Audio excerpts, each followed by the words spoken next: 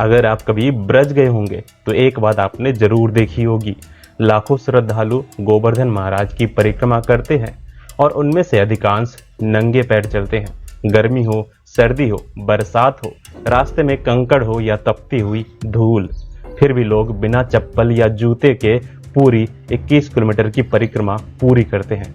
लेकिन क्या आपने कभी सोचा है कि ऐसा क्यों? क्या ये केवल एक पुरानी परंपरा है? क्या शास्त्रों में कहीं लिखा है कि गोवर्धन की परिक्रमा नंगे पैर ही करनी चाहिए? या फिर इसके पीछे कोई एक ऐसा आध्यात्मिक रहस्य छिपा है जिसे बहुत कम लोग जानते हैं? आज हम इसी प्रश्न का उत्तर शास्त्रों, ब्रज की परंपराओं और संतों की वाणी के आधार पर समझेंगे। सबसे पहले हमें ये समझना होगा कि गोवर्धन केवल एक पर्वत नहीं है। ब्रज की परंपरा में उन्हें स्वयं श्री कृष्ण का स्वरूप माना गया है। जब भगवान श्री कृष्ण ने इंद्र के अभिमान को तोड़ने के लिए 7 दिनों तक अपनी कनिष्ठ उंगली पर गोवर्धन पर्वत धारण किया, तब उन्होंने केवल ब्रजवासियों की रक्षा ही नहीं की, बल्कि ये भी बताया कि गोवर्धन उनकी लीला का अभिन्न अंग है। इसी कारण श्री कृष्ण ने स्वयं कहा, गोवर्धन मेरी ही देह के समान है। वैष्णव परंपरा में तो गिरिराज गोवर्धन को हरिदास वर्य अर्थात भगवान के सबसे महान सेवक की उपाधि भी दी गई है, क्योंकि वे भगवान की गायों, गोपों और गोपियों की निरंतर सेवा करते हैं। यही कारण है कि ब्रज के संत कहते हैं, जब हम गोवर्धन की परिक्रमा करते हैं तब हम किसी साधारण पहाड़ी की चारों ओर नहीं चलते, बल्कि स्वयं गिरिराज महाराज की परिक्रमा करते हैं।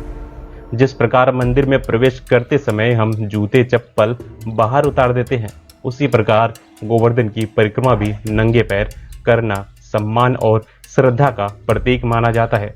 ये नियम किसी डर या दंड के कारण नहीं, बल्कि प्रेम और आदर के कारण बना। हालांकि एक महत्वपूर्ण बात यह समझनी चाहिए, बहुत से लोग कहते हैं कि शास्त्रों में स्पष्ट आदेश है कि गोवर्धन की परिक्रमा केवल नंगे पैर ही करनी चाहिए। वास्तव में ऐसा कोई सर्वमान्य शास्त्रीय आदेश नहीं मिलता। विभिन्न पुराणों और ग्रंथों में गोवर्धन परिक्रमा के महात्म्य का विस्तृत वर्णन अवश्य मिलता है, लेकिन जूते पहनने या ना पहनने का स्पष्ट और सार्वभौमिक नियम नहीं दिया गया।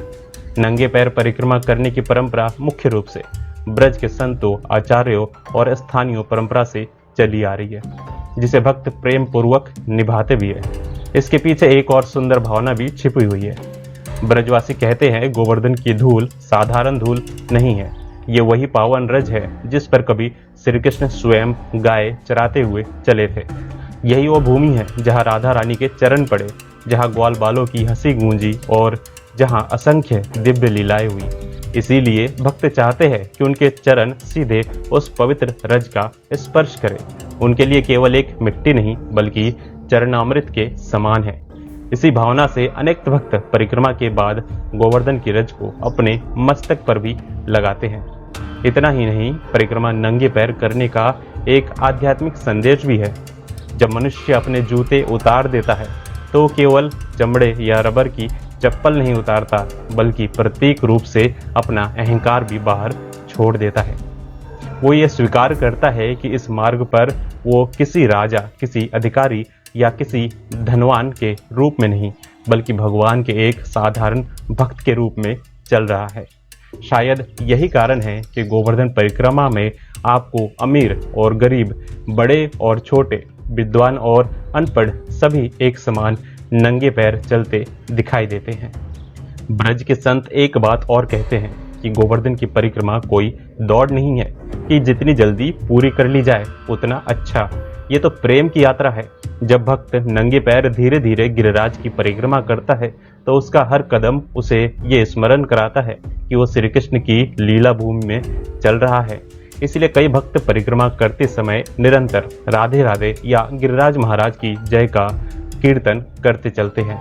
उनके लिए परिक्रमा केवल पैरों से नहीं, बल्कि हृदय से होता है। लेकिन यहाँ एक बात का विशेष ध्यान रखना भी आवश्यक है। यदि कोई वृद्ध है, बीमार है, उसके पैरों में गंभीर चोट है या किसी चिकित्सकीय कारण से नंगे पैर चलना संभव नहीं है, तो ऐसी स्थिति में जूते या चप्पल पहनकर परिक्रमा करना किसी प्रकार का पाप नहीं माना जाता। स्वयं संत कहते हैं कि भगवान बाहरी नियम से अधिक भक्त की भावना देखते हैं।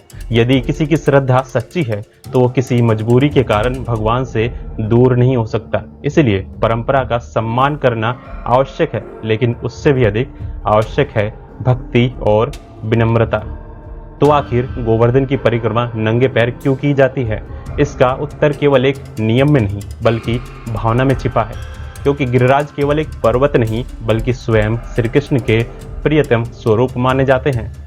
उनकी पावन रज को मस्तक पर धारण करना, उनके चरणों में नंगे पैर चलना और विनम्र होकर उनकी परिक्रमा करना, यही ब्रजवासियों की सदियों पुरानी भक्ति परंपरा है। शायद इसीलिए जब कोई भक्त पहली बार गोवर्धन की परिक्रमा पूरी करता है तो वो केवल 21 किलोमीटर का रास्ता तय नहीं करता, वो अपने भीतर के अहंकार से भक्ति की ओर, बाहरी संसार से श्री कृष्ण की शरण की ओर और साधारण जीवन से ब्रज के दिव्य प्रेम की ओर एक कदम बढ़ाता है।